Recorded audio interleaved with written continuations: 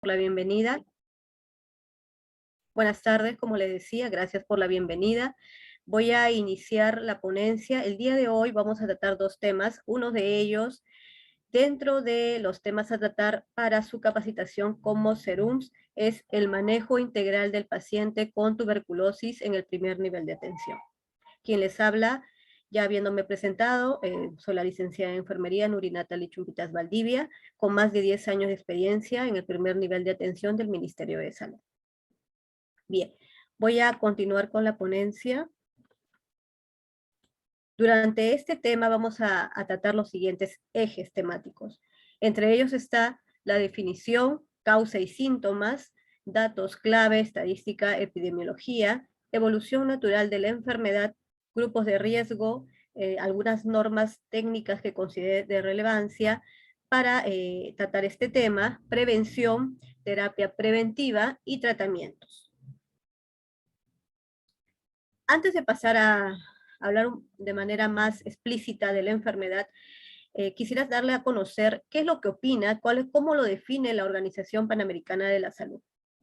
Es así que esta organización considera que es una enfermedad infecciosa que suele afectar a los pulmones, porque ya sabemos que también puede afectar a otros órganos, pero principalmente a los pulmones, y es causada por una bacteria llamada Mycobacterium tuberculosis.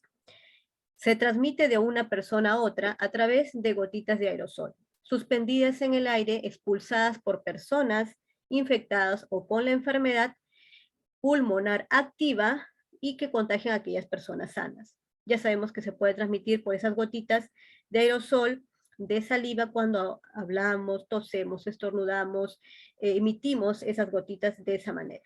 La infección por Mycobacterium tuberculosis suele ser asintomática en personas sanas, dado que su sistema inmunitario o inmunitario actúa formando una barrera alrededor de la bacteria.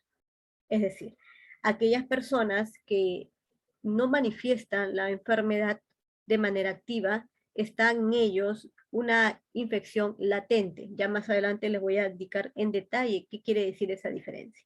Pero más o menos para que ustedes entiendan, cuando una persona es infectada, pero su sistema inmunitario reacciona ante este tipo de bacilo, esta bacteria, reacciona y su sistema está sano, tiene una buena reacción inmunitaria, entonces lo elimina de forma natural. Pero cuando una persona tiene debilidad en su sistema inmunitario, tiene una enfermedad preexistente, está con algún tratamiento que impide que reaccione correctamente, entonces esa persona no solamente se infecta, empieza a ser ya una infección o una enfermedad latente y posteriormente puede llegar ya a ser la enfermedad propia activa. Cuando hablamos de los síntomas de la tuberculosis activa, pues generalmente la OPS considera que son la tos, a veces con esputo, que puede ser inclusive sanguinolento. Esta palabra hace referencia a que puede haber rasgos de sangre durante la flema, dolor torácico, debilidad, pérdida de peso, fiebre y sudoración nocturna. Ahí les dejo el link para que ustedes puedan ingresar y ver más detalladamente este y otros temas concernientes a la tuberculosis. Causa o etiología. Como ya hemos mencionado, pues se debe a esta Mycobacterium tuberculosis, que es contagiosa, por tanto, estas bacterias pueden propagarse fácilmente de una persona infectada a otra, como les mencionaba, ¿no? De una infectada hacia una persona sana. Se puede adquirir por la inhalación de gotitas de agua proveniente de la tos o del estornudo de una persona infectada. Más o menos la apariencia de este tipo de bacilo es la que se manifiesta ahí en la imagen. ¿Cuáles son los síntomas de esta enfermedad? Si bien el cuerpo puede hospedar la bacteria que causa la tuberculosis, el sistema inmunitario está preparado generalmente para evitar que se enferme. Es decir, se infecta, pero puede eliminarlo de manera natural. Por tal motivo, los médicos distinguen entre los síntomas a dos grupos, la tuberculosis latente y la tuberculosis activa. Cuando hablamos de latente, su mismo término lo dice, esta infección se caracteriza porque la persona infectada de tuberculosis al ingresar al organismo está en estado inactivo, es decir, aún no se manifiesta, no hay síntomas.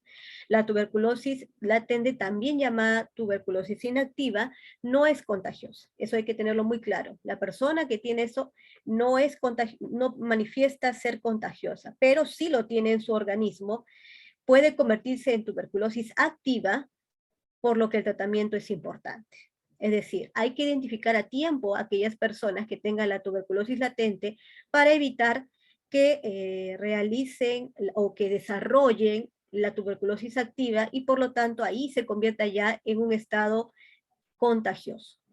La tuberculosis activa es aquella también llamada tuberculosis que es contagiosa, que enferma, y se contagia de una persona sana, en este caso enferma, a una sana, y puede manifestarse semanas e inclusive años después de la infección por la bacteria de la tuberculosis. Hay personas que tienen la enfermedad de manera latente y lo tienen por muchos años, pero luego de eso pasan a una tuberculosis activa. ¿Por qué? En un periodo de su vida, suponiendo durante el mes de abril, tiene la tuberculosis latente. Lo tienen en su organismo, pero no manifiestan síntomas. Después de años, semanas, meses o años, por una enfermedad en su sistema inmunológico o algún evento que lo debilitó a nivel de su sistema, hace que esa tuberculosis latente se convierta activa. Ya ahí presenta síntomas y por lo tanto ya es contagiosa. Es una enfermedad que, si bien la tuberculosis tiene cura, si se detecta a tiempo, justamente en el primer nivel de atención, ese es el fin. Actuar a tiempo, identificarlo, actuar hacia las personas con la terapia preventiva de isoniazida para que podamos actuar oportunamente y evitar que haga la enfermedad y por lo tanto pase a un estado de ser contagioso y muchas personas puedan adquirirla. Aquí les muestro algunos de los síntomas, como ya les decía en la ponencia, en el PPT anterior. Los síntomas de tuberculosis pulmonar activa son tos, inclusive puede ser sanguinolenta en algunos casos, dolor torácico, debilidad, pérdida de peso, fiebre y sudoración nocturna, para que lo tenga un poco más graficado a través de las imágenes. Bien, hablemos un poco de la estadística. Si bien la estadística es muy amplia, hay muchos porcentajes a nivel mundial que se podría considerar, pero la principal es considerado en este PPT.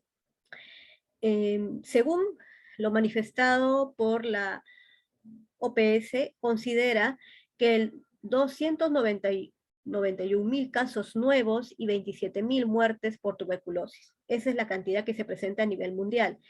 Las muertes por tuberculosis aumentaron en 3.000 en el 2020 en comparación con el 2019, debido a la pandemia por COVID-19. ¿Por qué? Porque, bueno, como bien sabemos, muchos de los servicios que se encargan justamente de identificar y hacer seguimiento a los pacientes con tuberculosis estuvieron inactivos, no estuvieron atendiéndose durante muchos meses, entonces fue más difícil identificarlos, darle el tratamiento oportuno y por eso se conllevó a estas muertes, a este aumento de la mortalidad.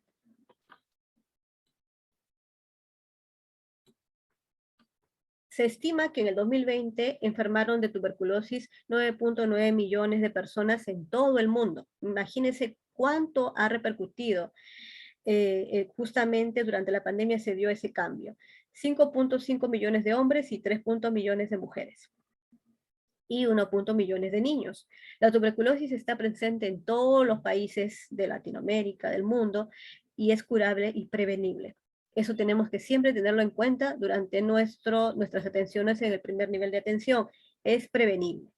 En el Perú, la tuberculosis afecta anualmente a más de 30.000 personas, situando a nuestro país entre los de mayor prevalencia de casos de tuberculosis en América. Según el último reporte, estamos en el segundo lugar en Latinoamérica de incidencia de tuberculosis en países justamente de este continente, con incremento significativo en su forma multidrogo resistente. Multidrogo resistente es aquel paciente que ya no es sensible a los medicamentos principales o de primera línea, los básicos, más o menos para que tengan una idea, más adelante los voy a detallar. Entonces, en ellos, al no ser sensible a estos medicamentos de primera línea, pues requieren de otros por ser multidrogo resistente. Hacen resistencia a algunos medicamentos. La pandemia del COVID-19 está provocando un duro revés en el avance que se había realizado contra la lucha acerca de la tuberculosis a nivel mundial.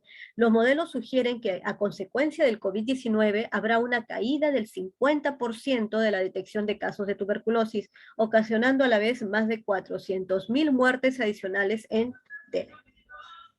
Aquí también les dejo el link para que ustedes puedan ver un poco más en detalle estos datos. Epidemiología. También es importante que sepamos un poco de estos temas como profesionales. Bien, como manifiesta aquí, nos dice que la población, como tenemos aquí, 33.028.673 habitantes. Según la densidad, tenemos 25 regiones geográficas. En cuanto a la morbilidad de casos de TB, están en un 26.437, casos nuevos de 23.139, casos nuevos de tuberculosis frotis positivo, o sea que salga con cruces, positivo, 13.729, y casos MDR, 1.256. XDR, que es extremadamente multidrogo resistente, son en los establecimientos de salud 82. Entonces, estos son datos que se fueron brindados por el SICTEBE, que es un sistema justamente de seguimiento de pacientes con tuberculosis, y este dato es muy importante porque es reciente, del 2021. Según esta información brindada, según estos datos epidemiológicos, manifiesta que se han identificado mayor incidencia en algunas regiones. Por ejemplo, en Lima y Callao, que representan el 57.5% del total nacional de casos, y un 78.5% en tuberculosis multidrogo resistente. 83% en tuberculosis extremadamente resistente. También se presentaron casos en 12 regiones consideradas priorizadas. Bueno, aquí está, como les mencionaba, Lima, Callao, Ucayali, Loreto, Tacna, Moquegua, Tumbes, La Libertad, Huánuco y Ancash. Ellos han considerado de mayor incidencia o priorizadas en estos casos de tuberculosis.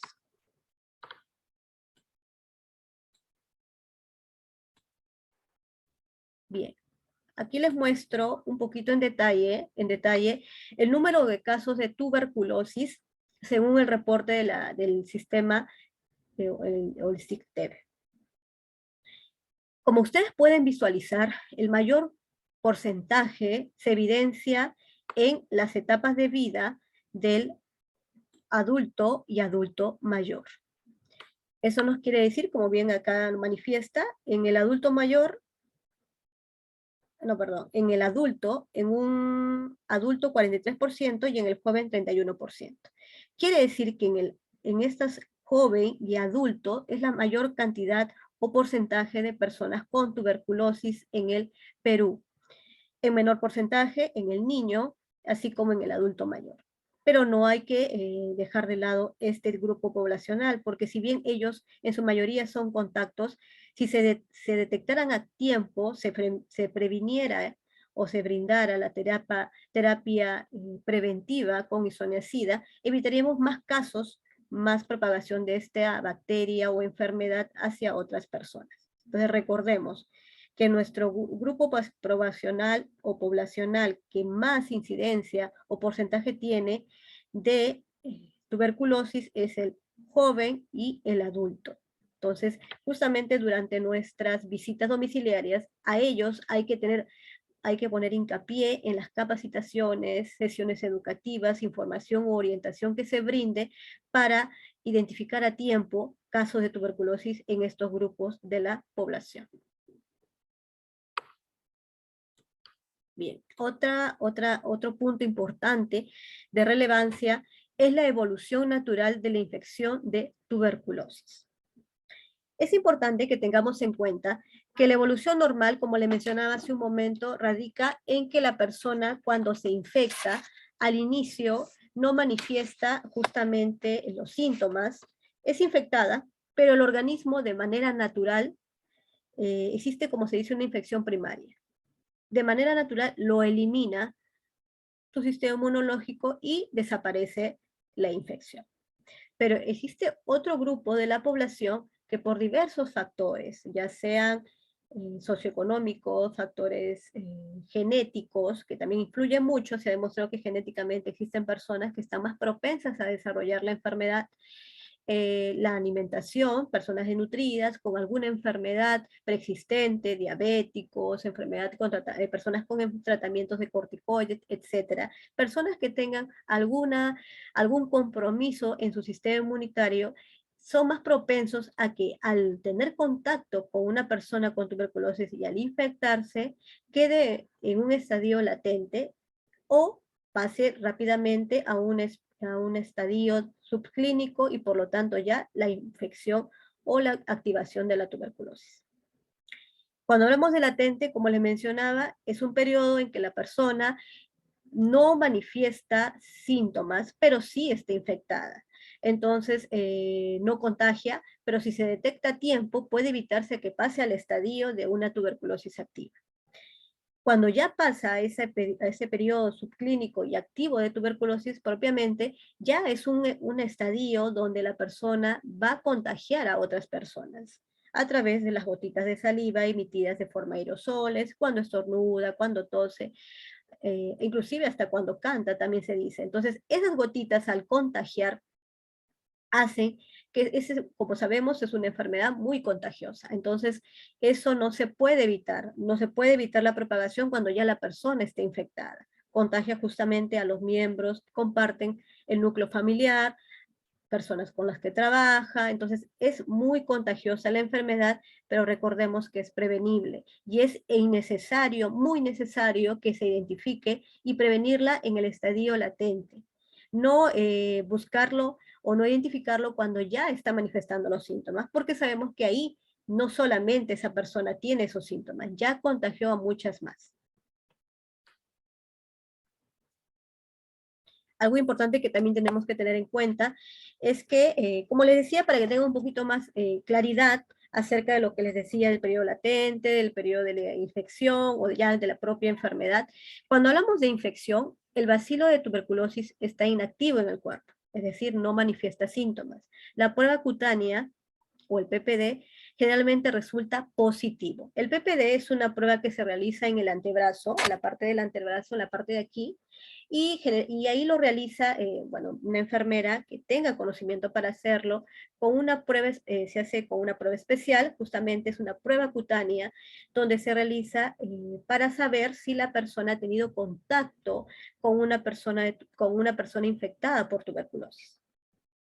Entonces, si sale positivo, podemos decir que se hace una medición, se le cita después de 3 días para hacer la medición exacta, para ver cómo se ha formado la pápula. Si resulta siendo positiva, entonces esta persona está infectada de tuberculosis, aunque no manifieste síntomas. Generalmente esto se realiza en aquellos contactos directos con personas que han sido contagiadas o en aquellos que puede haber una sospecha de infección de tuberculosis. También en estos casos, cuando estamos en la etapa de infección, la radiografía de tórax generalmente es normal, o sea, no se evidencia no hay evidencias radiológicas. El frotis de esputo y los cultivos son negativos, sin síntomas, como les decía, no es infeccioso, por lo tanto, tiene la infección la persona, pero no contagia, y no es un caso de TB aún. Se puede considerar como una persona que está en estadio de infección. Cuando hablamos ya de la persona que tiene la enfermedad de tuberculosis, hablamos que está en los pulmones, que generalmente ahí es donde se puede identificar. También sabemos que la tuberculosis puede presentarse en otros órganos, inclusive puede haber casos de tuberculosis en la piel, en los huesos, pero generalmente se identifica en los pulmones. En este caso, si hablamos en este órgano, el bacilo de tuberculosis está activo en el cuerpo, la prueba cutánea o el PPD generalmente resulta positiva, la radiografía de tórax generalmente es anormal. Aquí hablamos ya que en esta radiografía se evidencia signos, ya el médico, en este caso, va a observar, el neumólogo, si ya hay una radiografía con evidencias de tuberculosis. El frotis de esputo y los cultivos son positivos. Los síntomas tales como tos, fiebre, decaimiento, debilidad, pérdida de peso ya están fijos, ya la persona tiene estos síntomas, y a menudo es contagioso antes del tratamiento, porque muchas veces el personal de salud lo identifica cuando ya tiene estos síntomas y ya, pues esta persona ha contagiado a muchas más. Es un caso ya de tuberculosis, caso activo de tuberculosis.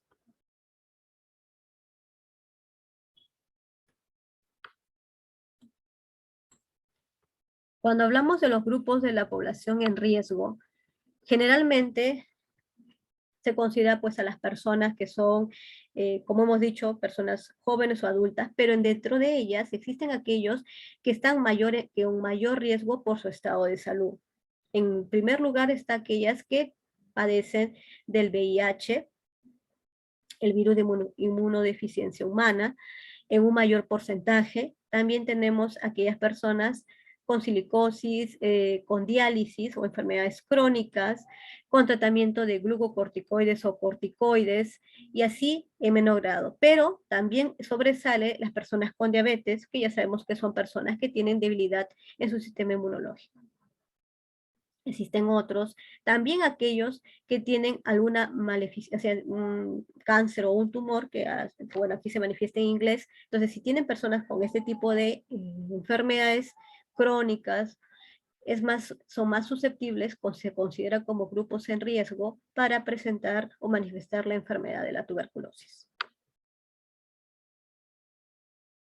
Algo también importante a considerar durante la ponencia es que ustedes tengan conocimiento de las normas técnicas.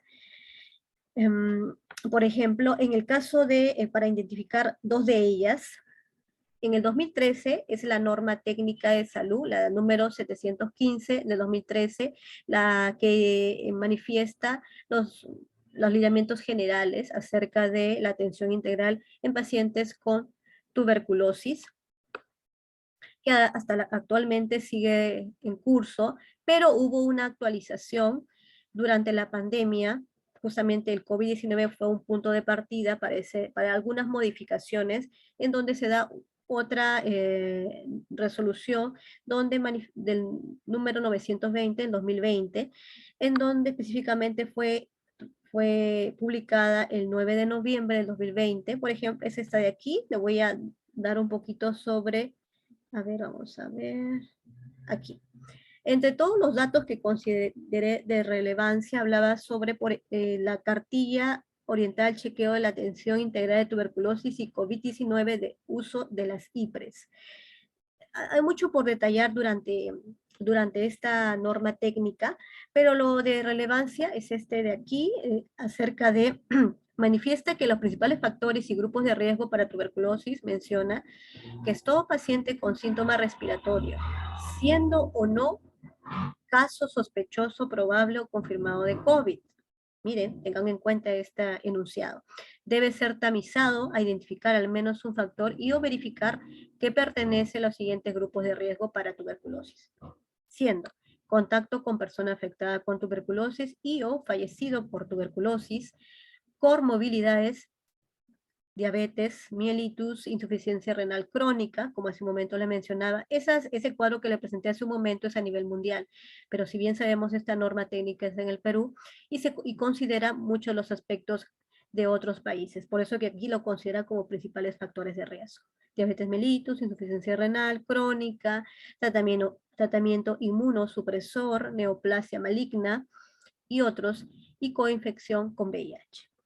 En tercer lugar, el número 3 considera persona privada de la libertad o aquel que estuvo privada de la libertad, residentes de albergues, comunidades terapéuticas, entre otros. Niño, adolescente, adulto mayor o gestante. Por supuesto que ellos también son un grupo de la población que son importantes identificar a tiempo porque justamente son más susceptibles a presentar otro tipo de complicaciones, principalmente en los adolescentes, adultos mayores y gestantes. Trabajadores y estudiantes de la salud también fue considerado durante estos principales factores de riesgo, trabajadores de establecimientos penitenciarios y antecedentes de haber sido afectados por tuberculosis. Bien, esto, como menciona aquí, fue tomada en cuenta de la norma técnica del 2013, pero fue modificada justamente por la coyuntura de salud ante el COVID-19. Este cuadrito creí de relevancia, aquí habla del flujograma de atención integral de tuberculosis y COVID-19, que si bien ahora ha disminuido la cantidad de casos identificados por COVID, todavía se sigue considerando porque aún existe un área para el diagnóstico de ellos. Este flujograma es necesario que ustedes lo conozcan para que puedan identificarlo dentro de sus establecimientos de salud. Aquí también hay un tema que quiero resaltar. Aquí. Detección, diagnóstico y tratamiento de tuberculosis en pacientes con sospecha o diagnóstico de COVID. Bien, entonces aquí menciona la detección y diagnóstico de tuberculosis en todo paciente con síntoma respiratorio luego de pasar por triaje diferenciado, siendo o no caso sospechoso, probable o confirmado de COVID. Hay que hacer esa diferencia. Además de realizar el manejo según normativa vigente. Se debe tamizar la identificación o no de al menos de un factor y verificar que pertenezca a los grupos de riesgo, como ya hemos mencionado hace un momento. Por eso ustedes tienen que tener muy claro cuáles son esos factores de riesgo. También manifiesta aquí el tratamiento de tuberculosis en toda persona con diagnóstico de tuberculosis activa. Aquel que no tiene síntomas y no ha sido comprobado por radiografía de tórax y sintomatología según indicación médica, ellos, si consideran que se trata de una tuberculosis activa, pues inmediatamente ellos inician tratamiento de tuberculosis. Simultáneamente a la sospecha, diagnóstico o no de COVID, es muy independiente a si tiene o no COVID. Se debe iniciar tratamiento oportuno antituberculosis con prioridad según normativa vigente, según la normativa, la NTS 2013, que acá también la considera, pero aquí detalle un poco más acerca durante la coyuntura por el COVID. Tratamiento del COVID-19 se detecta seguir las recomendaciones según los documentos técnicos para manejo del COVID. Bueno, eso es muy aparte. Entonces, en la atención a las personas con tuberculosis, pues aquí también hay que tener en cuenta cómo es la atención en ellos. Acá, por ejemplo, menciona la atención de las personas afectadas por tuberculosis y COVID, o sea, a la vez tienen los dos, deben seguir las pautas establecidas para puestos de trabajo con riesgo de exposición. Claro, en el caso de los personal de salud, pues debe tener su EPP adecuado, igual el paciente. Eso es importante tener en cuenta. Bueno, el lavado de manos, importante para el personal de salud, antes y después de atender a la persona afectada por tuberculosis y COVID-19, sea independiente que tenga o no el COVID. En caso de hospitalización de personas, bueno, esto no lo van a hacer en el primer nivel de atención. Bueno, en el caso de la atención ambulatorio de las personas afectadas por tuberculosis y COVID-19 deben recibir tratamiento antituberculosis en su domicilio bajo supervisión presencial o a distancia del personal de salud o por un miembro del entorno familiar del paciente previamente entrenado. Claro.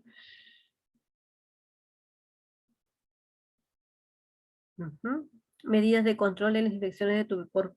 Bueno, en este caso para tuberculosis en establecimientos de salud. Las medidas de control administrativo tienen como objetivo reducción de la exposición del trabajador y de las personas que acuden al establecimiento de salud al Mycobacterium tuberculosis y están relacionados a la detección de casos, diagnóstico precoz y tratamiento oportuno. Las medidas de control ambiental tienden como objetivo reducir la concentración de núcleos de gotas infecciosas y contribuir a la dirección y el flujo del aire. Por supuesto, las medidas de control respiratorio se realizan mediante el uso de respiradores N95 o equivalentes. Es importante tener en cuenta esto. Aquí también menciona, a pesar de sus diferencias en los modos de transmisión de tuberculosis y COVID, claro, es muy distinta la transmisión en ambos casos, ciertas medidas de protección personal son relevantes para ambas enfermedades. Las medidas habituales para proteger de la tuberculosis deben continuar. Como bien sabemos, pues, persona afectada con tuberculosis no puede compartir los cubiertos con los miembros de su familia, vasos, cubiertos, toallas, espacios tienen que estar ventilados, ventanas abiertas, donde ingrese la luz del día, haya corrientes de aire, cuarto por separado. Entonces, la higiene, lavado de manos, entonces hay que tener mucho cuidado porque, como sabemos, esta enfermedad de la tuberculosis es contagiosa, pero cuando inicia el tratamiento, ya la persona durante un tiempo todavía es sensible al tratamiento, todavía tiene un periodo de contagiosidad, pero pasado ese tiempo ya su nivel de bacteriológico disminuye y ya no sería, eh, su nivel de contagio es mucho menor. Aquí, por ejemplo, habla de la protección con el respirador N95, a nivel regional, local. Aquí, por ejemplo, las instituciones prestadoras de servicios de salud, las IPRES, donde ustedes van a dirigirse a hacer su serum, son las IPRES o los establecimientos de salud del primer nivel de atención públicas pertenecientes al ámbito territorial de la DIRESA, Dirección Regional de Salud, Jerezas, DIRIS, dirección, aquí como menciona, las que hace sus veces son responsables de aplicar lo dispuesto en las presentes directivas sanitarias. Exacto. Estas son las dos normas que ustedes deben manejar al revés y al derecho. Ustedes tienen que conocer cuáles son las medidas a tomar en pacientes con tuberculosis, cuáles son los factores de riesgo para identificar a tiempo el grupo de la población y no llegar a un estadio de enfermedad, sino identificarlos en el momento de la infección, cuando aún no manifiestan los síntomas, y brindarles a ellos la terapia preventiva según consideración médica. Bien, eso es lo que tenía que mostrarle. Vamos a continuar con la ponencia. Hablemos de la tuberculosis y la prevención, tan importante en el primer nivel de atención. La tuberculosis sigue siendo un problema importante de la salud pública a nivel mundial, imponiendo desafíos no solo para el tratamiento, sino también para el diagnóstico, así como para la prevención. El prevenir el desarrollo de la enfermedad luego de la infección es muy importante para evitar la generación de nuevos casos. Lo que siempre les he estado, eso tienen que tener muy en cuenta durante su tiempo de serum, durante el año que ustedes realicen el serum, porque justamente durante su desarrollo de funciones y actividades debe imperar, debe sobresalir el prevenir, las medidas de prevención. Para eso ustedes tienen que conocer a su población y básicamente entre las medidas está el prevenir el desarrollo de esta enfermedad. Luego de la infección es muy importante para evitar la generación de nuevos casos. Se estima que la cuarta parte de la población mundial está infectada de tuberculosis, los denominados contactos. Justamente en los contactos es donde debemos identificarlos a tiempo. Los tres pilares para el logro de las metas de la estrategia son, en cuanto al fin de la tuberculosis, se considera: pilar 1, prevención y atención integral de la tuberculosis centrada en el paciente. Cuando hablamos que está centrada en el paciente, hemos considerado los ítems, que son 3, que fueron demostrados, que fueron realizados, desarrollados por Socios en Salud, un aliado justamente en la lucha contra la tuberculosis. Manifiesta 3 medidas: ventilación correcta de los ambientes y uso siempre de iluminación natural, como les mencionaba. Ventilación en los cuartos donde esté la persona con tuberculosis, que ingrese la luz del día, es muy importante. Al toser o estornudar, cúbrete la boca o nariz para evitar la propagación de gérmenes, en este caso propagación de los bacilos de Koch. Si se sospecha que has estado en contacto con alguna persona afectada, hazte un despistaje de tuberculosis. Si la persona, de manera consciente, por eso hay que concientizar a la población, explicarle lo importante que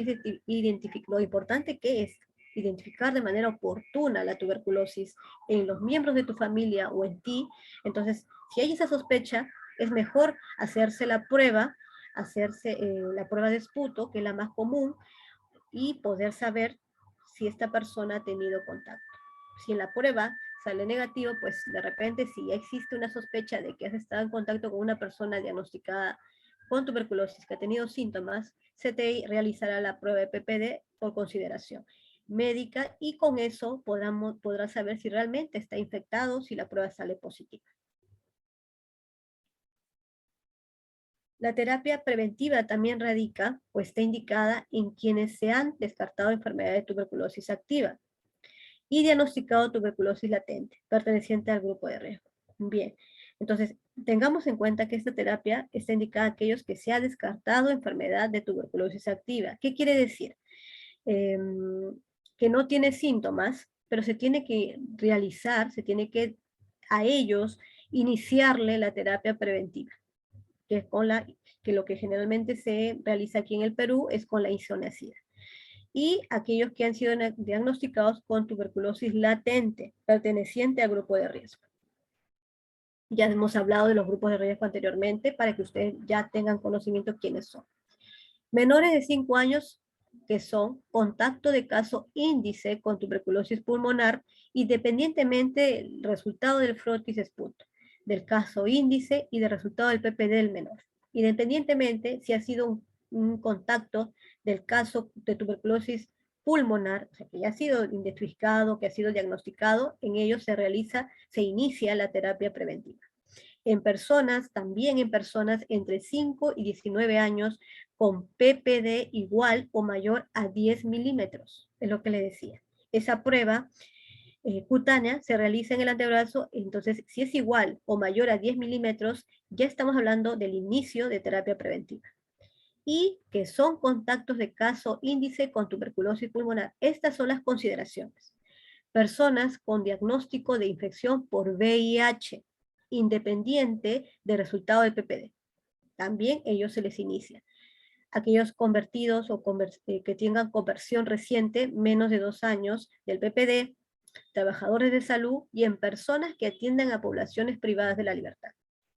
El médico que trata, el neumólogo, el médico tratante, debe valorar individualmente la indicación en lo que pertenezcan a los siguientes grupos de riesgo, con insuficiencia renal crónica, bueno, de repente si tienen algún cáncer, han tenido algún tumor, cabeza y cuello, enfermedades hematológicas, enfermedades malignas, terapias prolongadas, con corticoides o que están inmunosuprimidos, que tengan silicosis, diabetes mellitus, gastrectomizados, candidatos a trasplante y personas con imagen de fibrosis residual en radiografía de tórax, quienes nunca recibieron tratamiento para tuberculosis. Entonces, en esos casos, el médico tratante va a valorar individualmente, porque son considerados como grupos de riesgo, para el inicio de esta terapia preventiva.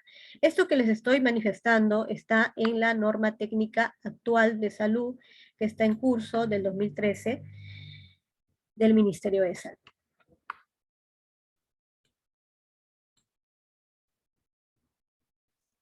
Así también, en la terapia preventiva, en personas de 15 años o más, se indica la isoniazida, que es 5 miligramos por kilogramo por día, máximo 300 miligramos al día. En personas menores de 15 años es isoniazida de 10 miligramos por kilogramo por día, máximo 300 miligramos por día. Administrarse en una sola toma de lunes a domingo por 6 meses. Esa es la consideración general. Ha habido algunas variantes. He estado leyendo algunos artículos donde dice que en otros países se ha iniciado en la terapia preventiva no solo con isoniazida, sino también con la rifampicina. Pero eso aún en el Perú está en desarrollo. Es decir, es un tratamiento alternativo que el médico podría indicar, pero generalmente se está utilizando en la actualidad la isoniazida. En personas con infección por el VIH, la duración del TPI, que se llama terapia preventiva de isoniazida, será de 6 meses. Aquí, por ejemplo, dice en asterisco, dice isoniazida diaria durante 6 meses según la norma técnica 097 del MINSA, norma técnica de salud de atención integral del adulto con infección por el virus de inmunodeficiencia humana, aprobada por la resolución ministerial 1024 del 2020. Entonces, eso también ustedes tienen que leer, busquen esa norma, habla un poco más en detalle de cómo va a ser el tratamiento de aquellas personas que tengan el VIH, pero también diagnóstico de tuberculosis. Y bueno, acá menciona que debe de acompañarse de la administración de 50 miligramos por día de piridoxina, en el caso de personas con infección VIH y tuberculosis a la vez.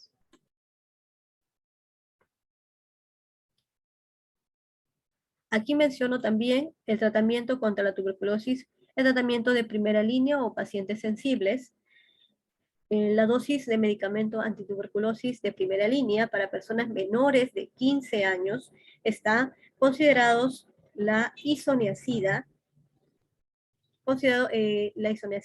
rifampicina, piracinamida y etambutol. A estos medicamentos de manera frecuente se les considera con esa inicial, la H, la R, piracinamida con la Z y etambutol con la E, para que ustedes ya lo identifiquen, porque cuando vayan a los establecimientos de primer nivel de atención, muchos de ustedes van a rotar por diversos servicios, entre ellos durante las atenciones van a ser dirigidos en la estrategia de atención integral de pacientes con tuberculosis. En la primera fase diaria y la segunda fase 3 veces por semana, según lo que indica aquí. La dosis va a ser, como dice aquí, de 10 en la isoniazida, dosis máxima de 300 miligramos. En la segunda fase de 10, la dosis máxima de 900 miligramos. En la rifampicina, 15, dosis máxima diaria de 600 miligramos. Y la segunda fase de 15, dosis máxima de 600 miligramos. Piracinamida de 35 y la dosis máxima de 1500 miligramos y el etambutol de 20, dosis máxima de 1200 miligramos. Esto recordemos que en pacientes o personas menores de 15 años. En aquellas personas de 15 años a más, la consideración es diferente. La isoniazida en la primera fase es de 5 y la dosis máxima es de 300 miligramos, la rifampicina es de 10 y la dosis máxima es de 600 miligramos. Bueno, recordando aquí también que hay una segunda fase, en la rifampicina es de 10 y la dosis máxima de 600 miligramos.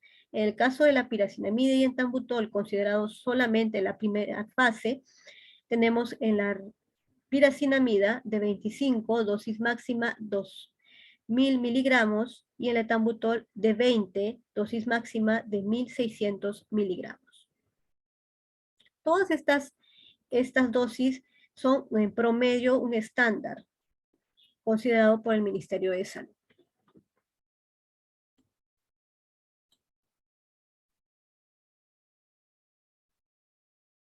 El tratamiento para pacientes con tuberculosis MDR-XDR, multidrogo resistente y extremadamente resistente.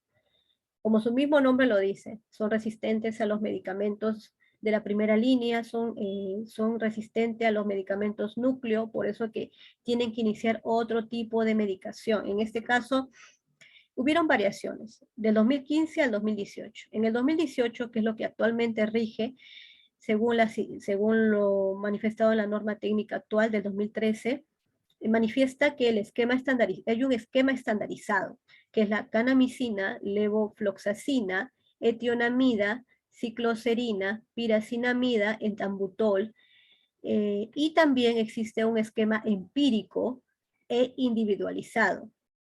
Para casos de tuberculosis resistente, multidrogo resistente, y la duración es de 18 a 24 meses. Recordemos que esto es indicado por el neumólogo o el médico tratante y él considera cuál es el esquema adecuado para cada paciente. Generalmente inician con un esquema estandarizado y posteriormente ya el médico, de acuerdo a la evolución, va indicando un tratamiento empírico e individualizado. Ahora también se está hablando de los esquemas acortados, o sea, más, como lo que menciona, es más corto, menos tiempo, en menos cantidad de meses. Y se da con la canamicina, moxifloxacina, otionamida, cicloserina, coflacimina, piracinamida, etambutol, isoniazida de alta dosis. En estos casos se da en la tuberculosis multidrogo resistente, nunca antes tratado. Y la duración puede ser de 9 a 12 meses. Si ustedes se dan cuenta, es en menos tiempo. Esquemas con drogas nuevas para los extremadamente resistentes y multidrogo resistentes más resistentes a quinolona o aminoglicósido. Entonces, en estos casos se indica la ninesolid, bedaquilina o delamanid, clofazimida. Bueno, en estos casos la duración es de 18 a 24 meses. Aquí no hablamos de acortado, ¿no? Es un tiempo ya de 2 años. Este cuadrito también considera importante. Los medicamentos recomendados para el tratamiento de tuberculosis multidrogo resistente o multidrogo resistente están pues divididos en grupo A, B, C y D. Entre la A están los fluoroquinolonas, En el grupo B están pues los inyectables, en el grupo C están que son agentes secundarios y otros agentes que no son resistentes o resistentes a algunos medicamentos, como menciona aquí. Entonces, los han dividido y están acá sus iniciales para que ustedes puedan identificarlos. Es un poquito tedioso al inicio por ustedes que van a rotar por la estrategia, al inicio les va a ser un poco difícil identificar los términos, pero poco a poco van a identificarlos. Si bien en sus establecimientos no van a tener pacientes, no todos van a tener este diagnóstico, inclusive puede ser que solamente tengan pacientes sensibles o que requieran de primera línea, pero es bueno que ustedes identifiquen cuáles son los tratamientos para también los multidrogoresistentes o extremadamente resistentes para que tengan conocimiento. Todo esto está en la norma técnica de salud vigente del 2013. Última modificatoria por el COVID del 2018, no, del 2020, perdón, del 2020, que las mencioné hace un momento, que también está ahí dentro de las fuentes que he puesto para que ustedes puedan abrirlo y leer un poco más acerca de estos tratamientos. Aquí hay como un resumen porque es muy extenso, entonces solamente lo principal he colocado en esta PPT.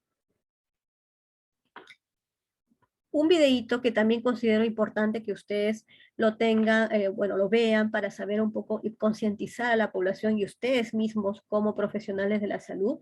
Vamos a verlos juntos para poder, vamos a ver si se abre el link. Vamos a ver. Ahí está.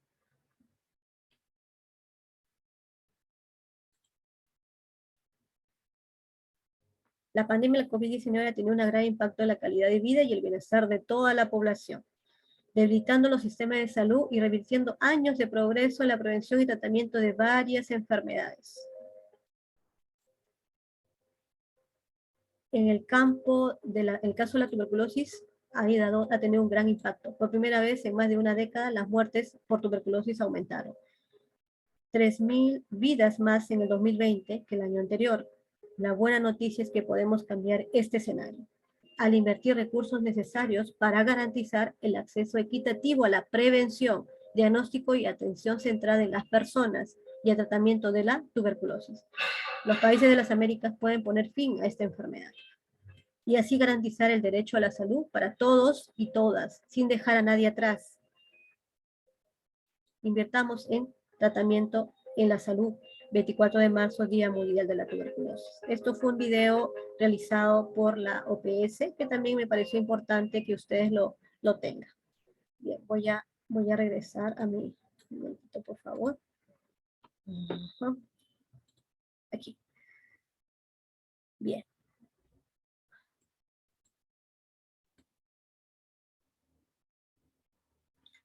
Aquí vemos algunas infografías realizadas por la OPS acerca de la... Un momentito, me va a permitir. Ahora sí puedo verlo. Ajá, la tuberculosis es la segunda causa de muerte infecciosa en el mundo, con incremento de muertes, como les decía en el video, en el 2020, por primera vez en más de una década, se ha dado un incremento muy notable, siendo la segunda causa de muerte infecciosa en el mundo. ¿Es necesario invertir en servicios de tuberculosis? Sí. Claro que la inversión proviene de los gobiernos, del gobierno central, pero nosotros como profesionales de la salud, desde nuestras funciones, podemos ayudar muchísimo a captar, identificar a tiempo, de manera oportuna, a los contactos, a las personas que pueden tener una infección de tuberculosis que aún no manifiesta síntomas, pero está en el periodo de infección.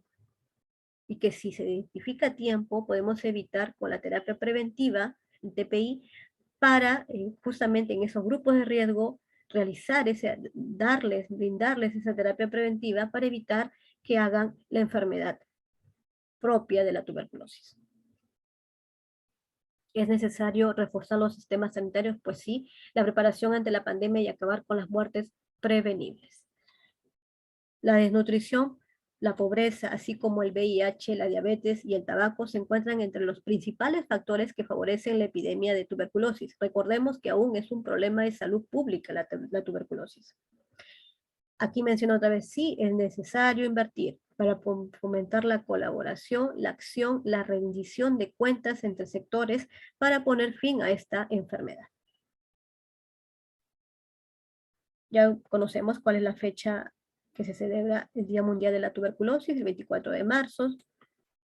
El COVID-19 ha retrocedido los avances de la lucha contra la tuberculosis. Aún estamos a tiempo de revertir esto y de modificar esta realidad y volver a ser un país que se involucra, un país que no solamente hablamos del gobierno central, profesionales, de repente también a través de los comedores populares, los encargados de la comunidad, entonces los dirigentes, todos los involucrados pueden ayudarnos grandemente a mejorar, justamente a diagnosticar, a identificar, a favorecer la promoción y prevención justamente para prevenir esta enfermedad. Aquí vemos Stop TB. Pero ¿cómo se logra eso? Lo que buscamos es la salud. Pero para lograr esa salud en estas personas, en toda la población del Perú, tenemos muchos factores a considerar. Tenemos que realizar la prevención, promoción de la salud, el tratamiento, diagnóstico oportuno, inteligencia artificial, sí. Durante el COVID-19 ya existía, pero el COVID-19 se ha desarrollado una prueba molecular de forma gratuita que favorece justamente identificar a tiempo. Se hicieron campañas gratuitas para identificar a tiempo pacientes con tuberculosis.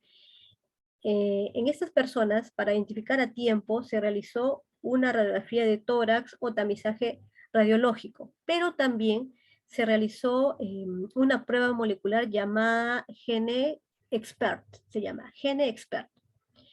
que detecta las bacterias del bacilo de Koch de manera oportuna. GeneXpert, que detecta las bacterias del bacilo de Koch.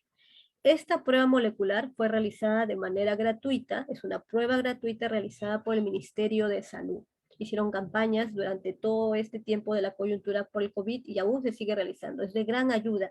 Y cuando hablamos de inteligencia artificial, es que en algunos hospitales ya están considerando un aplicativo para ver la radiografía de manera más precisa, identificar si se trata o no de un caso de tuberculosis. Por eso también es importante que las enfermeras, que los profesionales de la salud en general tengan conocimiento sobre la inteligencia artificial o el e-learning o el machine learning.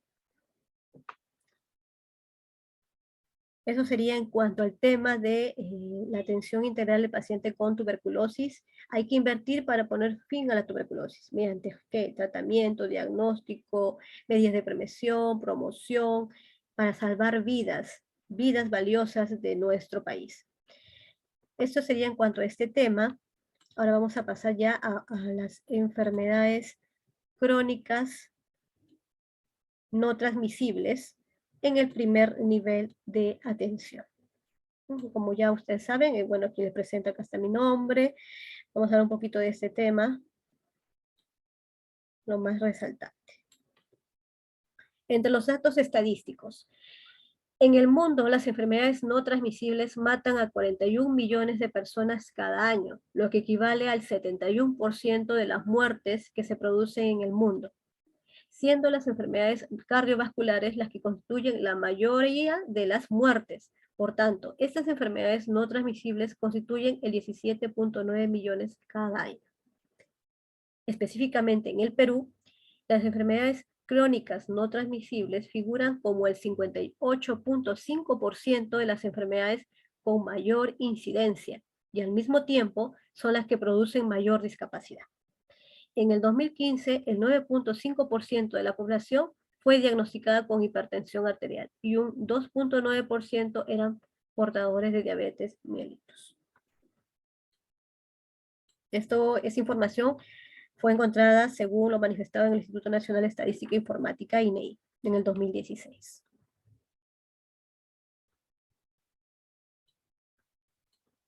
Relevancia en salud pública.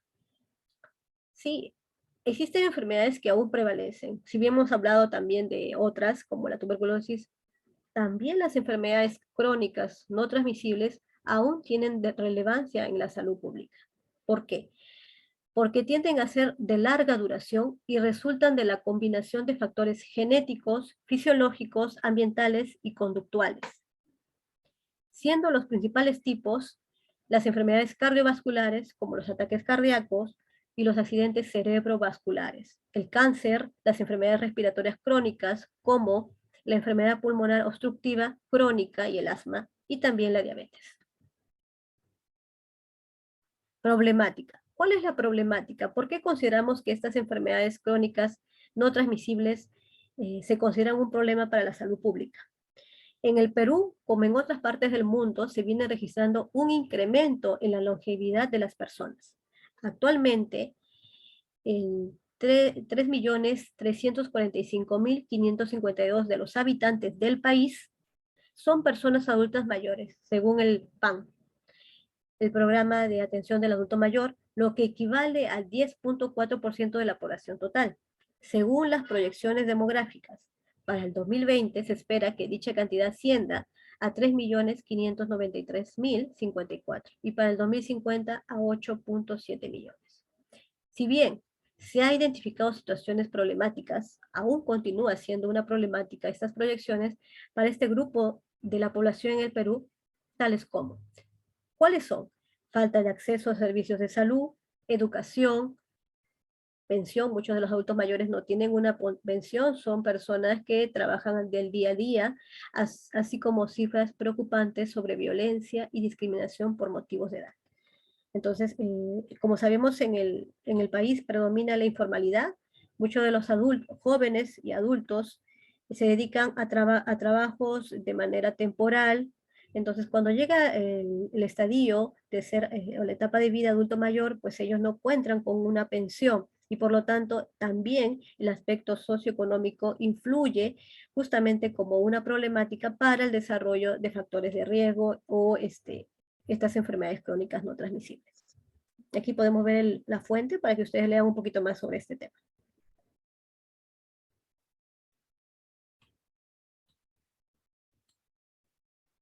Factores de riesgo metabólicos. Esto considera de relevancia para este grupo de la población, siendo aquellos que aumentan el riesgo de enfermedades crónicas no transmisibles. Siendo el aumento de la tensión arterial o la presión arterial, el sobrepeso y la obesidad, la hiperglucemia, concentraciones elevadas de glucosa en la sangre, que ya sabemos, y la hiperlipidemia, que son concentraciones elevadas de grasa en la sangre. ¿Es necesaria la prevención y control de las enfermedades crónicas no transmisibles? Sí. Pero para eso es importante centrarse en la reducción de los factores de riesgo asociados a ellas. Pueden ser factores de riesgo metabólicos, pueden ser factores de riesgo socioeconómicos, pero en algunos de esos factores no vamos a poder intervenir. En cambio, en los metabólicos, si realizamos orientaciones dirigidas a los adultos mayores o cuidadores, sería más factible desarrollar medidas de autocuidado o de cuidado o cuidado brindado por aquel que está a cargo del adulto mayor. Es imperativo que las autoridades desde el gobierno central hasta el local se involucren en soluciones para reducir esos factores de riesgo, que orienten las políticas y prioridades en torno a estas enfermedades crónicas no transmisibles. También considera de importancia o relevancia los determinantes de la salud en el adulto mayor. El entorno socioeconómico. Claro que sí. Si hablamos de la parte biológica del adulto mayor, por su misma longevidad, por estar en una etapa en donde sus sistemas no funcionan igual que una persona joven, pues ya se deterioran sus órganos. Entonces, la parte biológica influye de gran manera, es un determinante para su salud. La parte económica es la que le mencionaba hace un momento, muchos de ellos no tienen una pensión o ingreso económico que les ayude a poder hacerse los controles necesarios, el estilo de vida. Muchos de ellos sí tienen un nivel económico regular, pero su estilo de vida, a pesar de tener un buen ingreso económico, no es el adecuado. Consumen alimentos no saludables, no realizan actividades físicas o emocionalmente no están bien, no tienen apoyo de familiares, están solos, todo eso influye. El apoyo comunitario es muy importante. la persona adulto mayor no puede vivir sola, si bien si es una persona que de repente no tiene hijos, no tiene pareja, pero tiene que vivir acompañado, apoyado por su comunidad.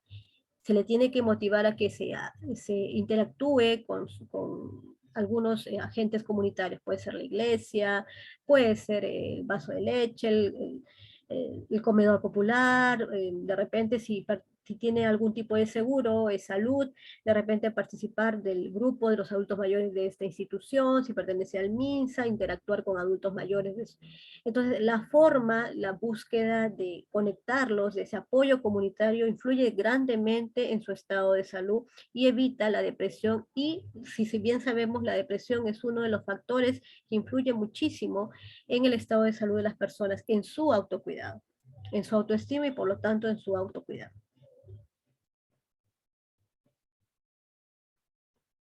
Vamos a ver ahora algo sobre, a ver un momentito, voy a regresar.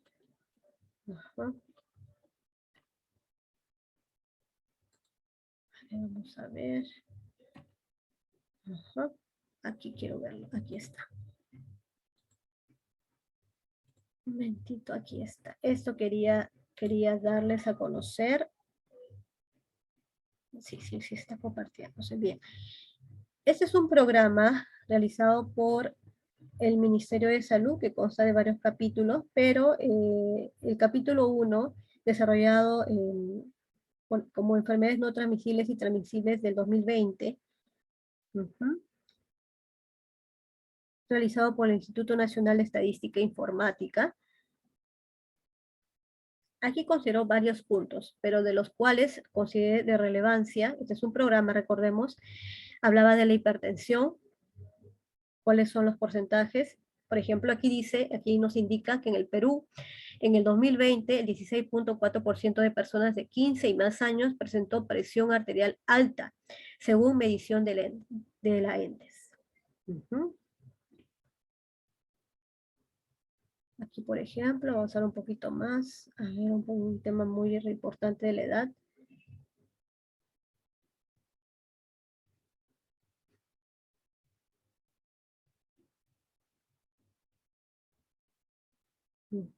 Por ejemplo, aquí me habla sobre la edad.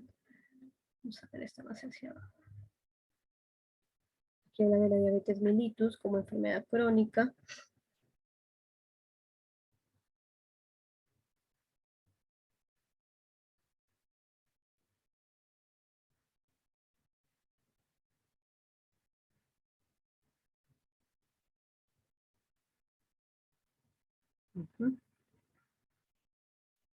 Está más hacia abajo.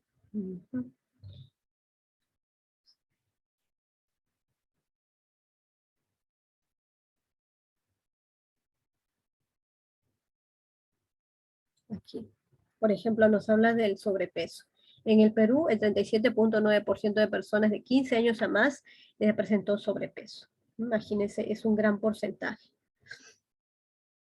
Aquí nos habla un poco más de las... Ajá. Los porcentajes exactos para el grupo de edad de los adultos. 11 años.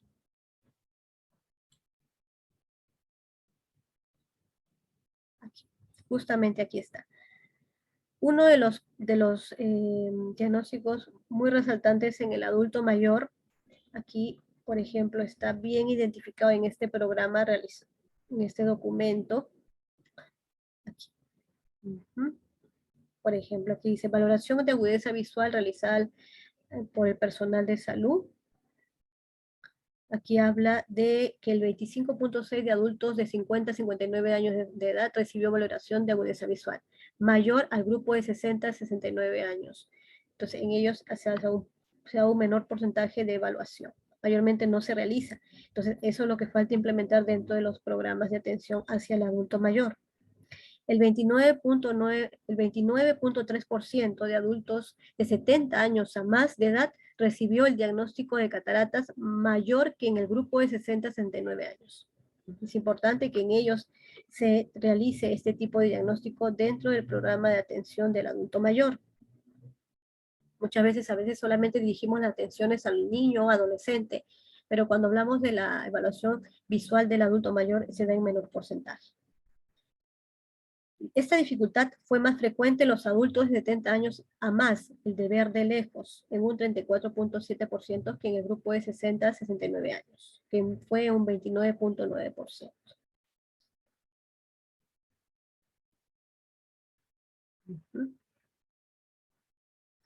Salud bucal. Aquí también habla del adulto mayor. Ajá. Más abajo. Entonces son porcentajes que, si bien aquí está hablando de las enfermedades crónicas en general, también nos habla del adulto mayor. Entonces también considera importancia considerarlo durante la ponencia para que ustedes tengan un índice. Por ejemplo, la edad promedio de inicio de consumo de alguna bebida alcohólica. Habla de la población más joven, pero también habla de la población de 60 y más años de edad, que inició el consumo de alguna bebida a los 21 o 21 años. El grupo de 50 a 59 años inició a los 20 años. Entonces, personas adultas mayores también todavía consumen, tienen el uso o el consumo de bebida alcohólica, lo que también no contribuye justamente a su estado de salud. Ajá. Eso, principalmente eso es lo que quería manifestarles. Ahora, otro punto a considerar durante las atenciones del adulto mayor, importante tema, es el abordaje de problemáticas crónico en atención primaria mediante el modelo de tareas orientadas a los procesos del cuidado tópico.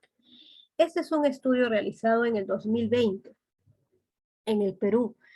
A través de esta revista se publicó conclusiones acerca del abordaje de estos problemas, de estas enfermedades crónicas a través de un modelo de atención. Fíjense que es en atención primaria, que justamente lo que se va a realizar durante el año de desarrollo de su serum. Básicamente, lo que manifiesta es que el cuidado integral de las personas demanda un entrenamiento para entender problemas crónicos frecuentes en la consulta ambulatoria. Los casos de hipertensión, diabetes mellitus y asma pueden ser abordados mediante modelos de atención en la práctica ambulatoria del primer nivel de atención. Uno de ellos es el modelo TOPIC, modelo que nos puede servir a nosotros como profesionales durante nuestro desarrollo como profesionales, el cual permite ordenar la consulta en una secuencia estructurada de 4 tareas mayores: procesamiento de información, desarrollo de una adecuada relación médico-paciente-familia. Pero si vamos a hablar solo de médico, también lo podemos identificar o desarrollar como enfermera-paciente-familia. También puede ser factible ese desarrollo. Integración de la información y aprendizaje de por vida. Justamente en estos factores hablamos del autocuidado. Aquí les voy a hablar un poquito más sobre cada uno de ellos. Bueno, aquí hablo en general de los últimos estadísticas acerca de las enfermedades crónicas. Habla de la atención primaria en salud y sistemas sanitarios frente a las enfermedades crónicas. Algo importante que tenemos que tener en cuenta es que los sistemas sanitarios basados en atención primaria cumplen 4 atributos en la provisión de servicios: primer contacto y acceso, integralidad, longitudinalidad, coordinación. El cumplimiento de estos atributos es clave para dar respuesta pertinente a las necesidades de la población. Este es uno de los, hablamos aquí de la atención primaria, hablamos de los modelos del cuidado de enfermedades crónicas, que existen diversos, pero entre los que se considera en este artículo está el modelo de tareas orientadas al proceso de cuidado TOPIC. Fue propuesto para afrontar los diferentes tipos de problemas de los pacientes que acuden a la consulta en el primer nivel de atención, que fue desarrollado por Roger, quienes categorizan consultas prototípicas que engloban aspectos comunes en los diferentes motivos de consulta: problemas, chequeos, enfermedad crónica, problemas psicosociales y cambio de conducta. En este caso, los profesionales de primer nivel de atención están en contacto próximo con los pacientes y conocen el contexto donde se desarrollan ellos, que influyen en su salud. Claro, el profesional, cuando ya se establezca un establecimiento, va a conocer su entorno, el diagnóstico situacional de su población, va a conocer cuáles son los indicadores, cuál es la incidencia de enfermedades crónicas o enfermedades, la morbilidad, mortalidad en su jurisdicción del establecimiento donde van a laborar. Entonces, ahí ustedes van a conocer cuál es la mayor incidencia de enfermedades crónicas en el adulto mayor. El modelo TOPIC para abordaje de problemas crónicos. Mira, muy importante, ese modelo nos puede ayudar en gran medida. Las condiciones de salud crónicas son aquellas que tienen consecuencias recurrentes o persistentes con duración mínima de 3 a 12 meses. Su proceso causal es usualmente multifactorial. Claro, las enfermedades crónicas no solamente se ven afectadas por un solo factor, por diversos factores, y su tratamiento en la mayoría de situaciones no es curativo, mayormente es paliativo, preventivo, sino orientado a controlar la evolución de la enfermedad y sus complicaciones y aliviar los síntomas.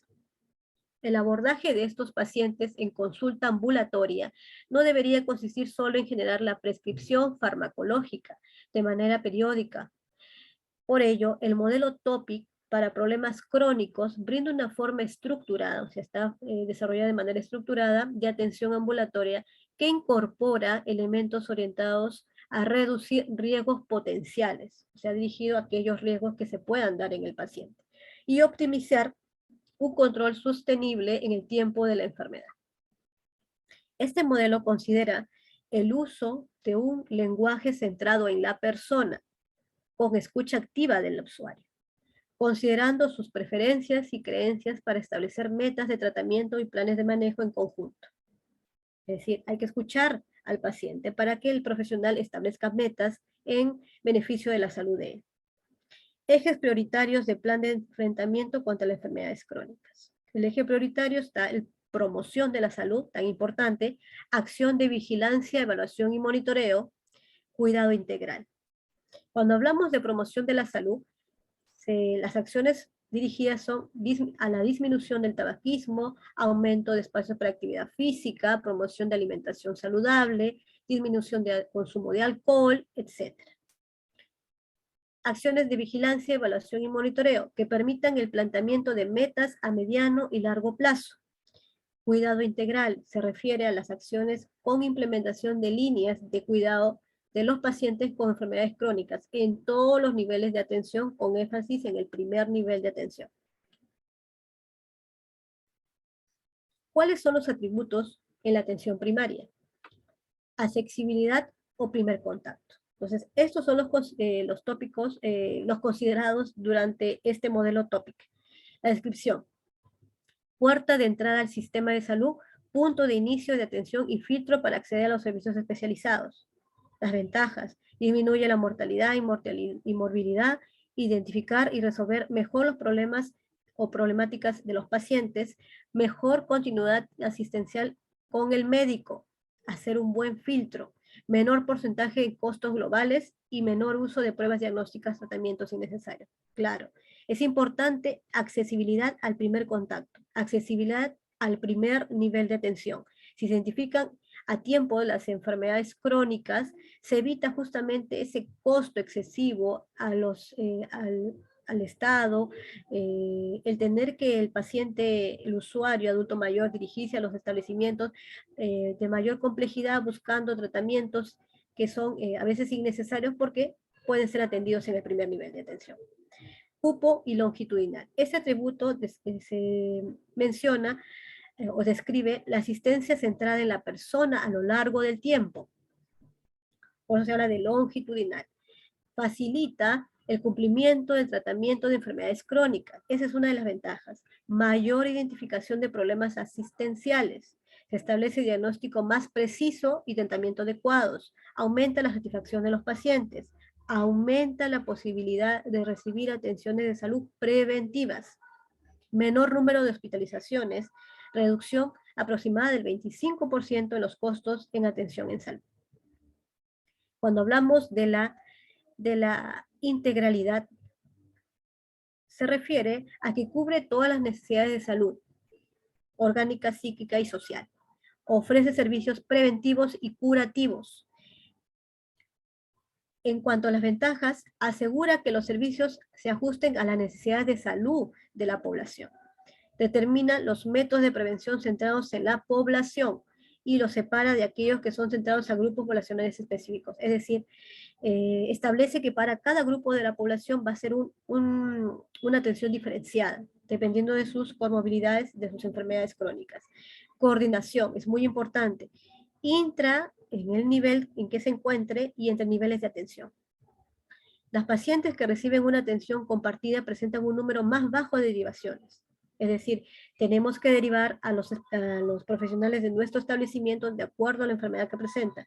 Facilita una adecuada identificación de los problemas. Incentiva la creación de un sistema informático único, lo cual permite una actualización constante de la información del paciente. Por ello, se dice que el abordaje de problemas crónicos del modelo TOPIC plantea el desarrollo de 4 tareas mayores, las cuales a su vez comprenden tareas específicas. Para este motivo se consulta, dice la tabla que está a continuación. Procesamiento de información. Vamos a ver un poquito de ellos. Aquí dice.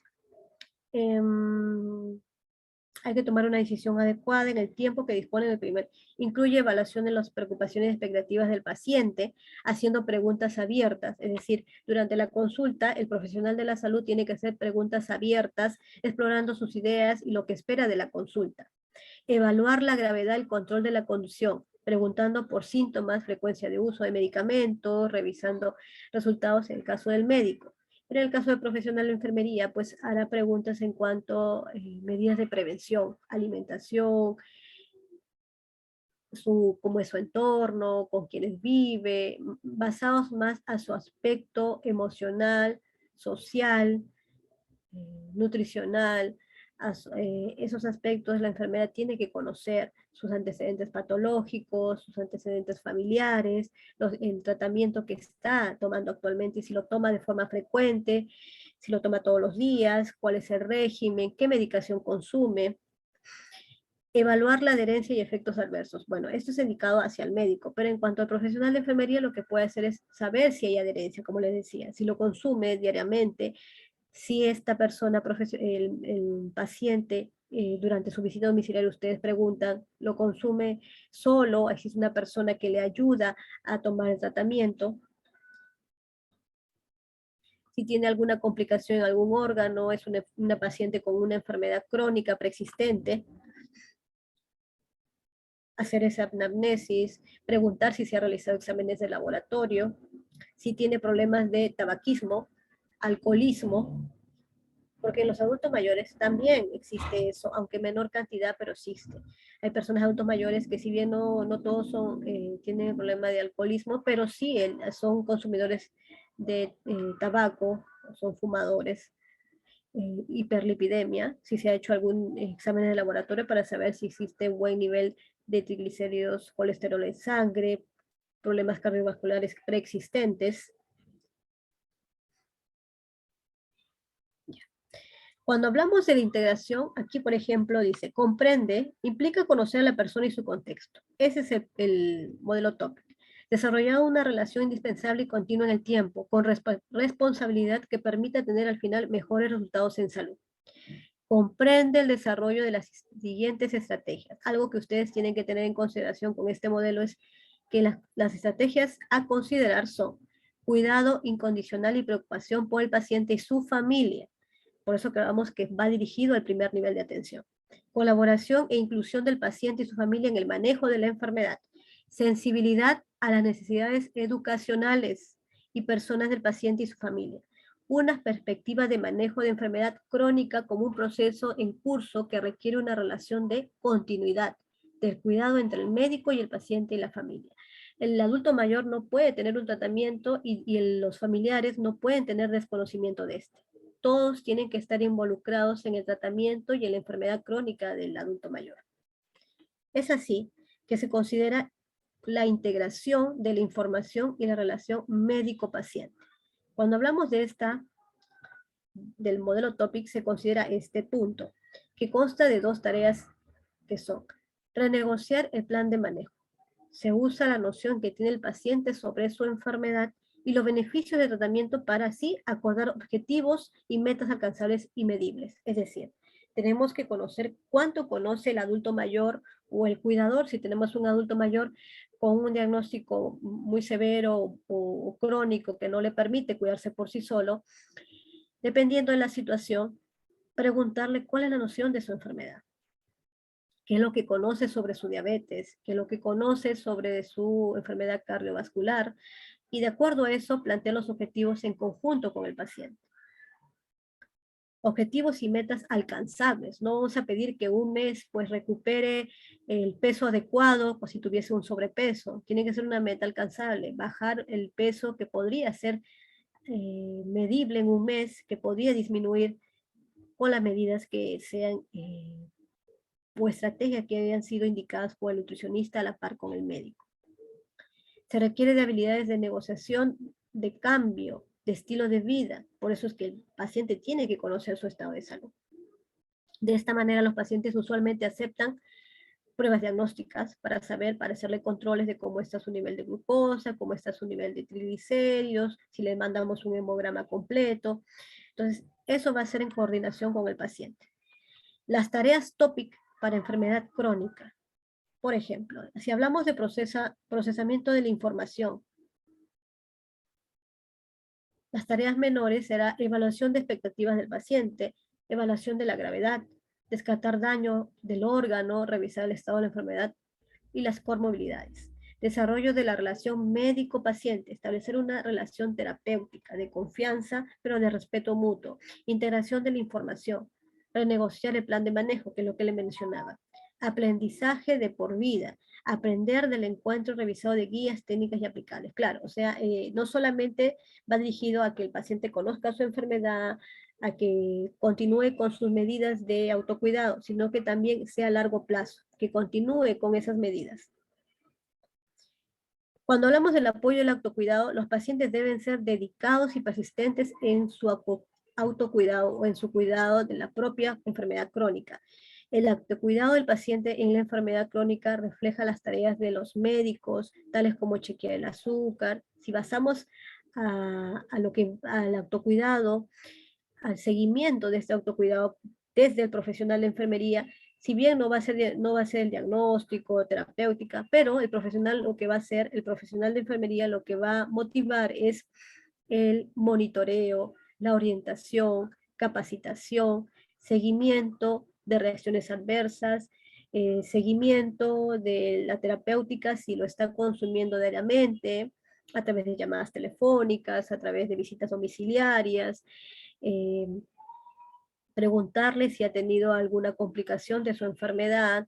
Entonces, todo eso para poder tener una imagen, una descripción y informar al médico si hay alguna alteración o complicaciones durante el tratamiento o evolución de la enfermedad.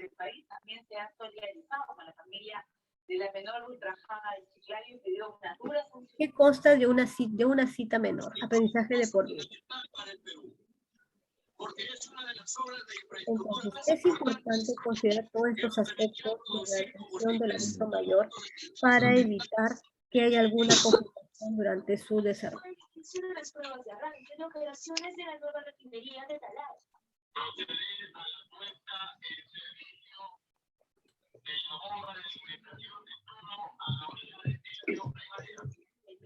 Algo que también considero de relevancia que ustedes tengan en cuenta es que durante la atención de los adultos mayores actualmente se consta de un programa en donde ellos, antes de la pandemia, realizaban actividades recreativas, realizaban ejercicios pasivos, deportes. Pero también hay que tener en cuenta que ellos tienen que pasar por una evaluación psicológica, una evaluación metabólica, tiene que pasar por muchos aspectos relevantes e importantes para su desarrollo psicosocial, emocional. Recordemos que el adulto mayor pasa por un periodo de cambio, un periodo a veces de depresión, porque deja de hacer muchas actividades. Entonces ahí es muy importante el aspecto del apoyo emocional al paciente. Por eso que considero importante que ustedes conozcan acerca de este modelo TOPIC que nos puede servir nos puede servir de gran ayuda para la atención en el primer nivel de atención, que es un abordaje de los problemas crónicos para pacientes adultos mayores. Algo que también quiero resaltar es La discusión de este artículo nos permite saber que existe un aumento de la prevalencia de enfermedades crónicas en el mundo, enfermedades cardiovasculares, cáncer, enfermedades respiratorias crónicas. Por eso se debe resaltar la importancia de fortalecer la respuesta del sistema de salud de las enfermedades no transmisibles en general y principalmente en el primer nivel de atención. Los pacientes crónicos conviven con una enfermedad, desarrollan a lo largo de tiempo y que la competencia para gestionar la nueva condición crónica, capacidad que es clave para potenciar y prevenir las complicaciones. Si el paciente, si los familiares no concientizan la importancia de un seguimiento y monitoreo de esta enfermedad crónica, va a ocasionarse complicaciones e internaciones hospitalarias innecesarias si es que no se controlan a tiempo. En tal sentido, es necesario orientar la asistencia sanitaria durante el seguimiento a estos pacientes hacia nuevos modelos integrados, centrados en que se potencien y fomenten el autocuidado. Muy importante durante su desarrollo, CERU, es que fomentemos el autocuidado. Ahora ya próximamente ya se van a empezar a reiniciar las visitas domiciliarias, que generalmente se hacían mediante las llamadas telefónicas, porque no podíamos por la coyuntura asistir a los domicilios. Durante los próximos serums es probable que esto se reinicie porque el nivel de contagio ha disminuido con las medidas de bioseguridad, va a continuar. Eso sí va a continuar. Entonces, al reiniciarse esas visitas domiciliarias, durante sus guardias comunitarias, porque recordemos que el personal serum realiza guardias comunitarias pagadas, cuando es remunerado, tienen que evidenciar esas actividades, tienen que evidenciar un producto, tienen que evidenciar cuál ha sido el seguimiento y monitoreo a sus adultos mayores. Por eso que durante el artículo también manifiesta que hay que gestionar la situación de la cronicidad. Ustedes como enfermeras tienen que gestionar, identificar a sus adultos mayores de acuerdo a su zona, de acuerdo al sector que se les indique, y de acuerdo a eso, si son 200, 300 adultos mayores, identificarlos cuáles son sus comorbilidades, sus enfermedades crónicas no transmisibles, para brindar capacitaciones, orientaciones, planes de capacitación dirigidos a ellos, que pueden ser establecidos mediante diversos medios, puede ser de manera virtual, presencial en sus locales, si es que ya se fomentan esas reuniones de capacitación, o de lo contrario de manera virtual a través de los aplicativos para brindar esas capacitaciones hacia ellos. Se ha establecido la importancia de una buena comunicación con una piedra angular para la efectividad del seguimiento. Sí, la única forma de que el adulto mayor o sus familiares comenten, comuniquen su estado de salud es que existe esa confianza y ese respeto del paciente con el profesional de enfermería. La comunicación con el paciente es esencial o especial en aquellos con enfermedad crónica. ¿Para qué? Porque requiere de desarrollo de competencias que solamente el profesional de enfermería puede dar a través de sus orientaciones. Es importante tomar en cuenta esto. Es fundamental para el control de su enfermedad promover el rol activo que tienen las personas con su enfermedad crónica como diabetes, por ejemplo, a través de decisiones que tomen día a día, seguimiento, evaluación y resolución de problemas. Claro, ellos van a tener que decidir sobre si quieren estar sanos, estar saludables, que su enfermedad crónica no presente complicaciones, tienen que tener una dieta, tienen que tener un estilo de vida saludable, en el caso de los diabéticos. Por ello es importante el uso de una aproximación centrada en la persona y que valore el contexto, que valore por eso que todos tienen que involucrarse. La alimentación del paciente, del adulto mayor, no va a ser posible si los cuidadores no le proporcionan esa alimentación. Su contexto familiar, su entorno familiar también influye. Aquí también nos habla del modelo TOPIC en específico, en el cual se desarrollan tareas, dice aquí de manera específica, que permiten abordar todos los aspectos recomendados para una buena comunicación que promueve mejores resultados en el control del paciente y no permite un mejor manejo de los problemas en la consulta con pacientes de enfermedades crónicas. Entonces, el abordaje de las consultas médicas para el control de enfermedades crónicas será cada vez más común en la práctica del sistema sanitario. El uso de modelos de cuidado integral centrados en la persona, como el modelo TOPIC, centrados en la persona, deben considerarse para la práctica de los profesionales de la salud.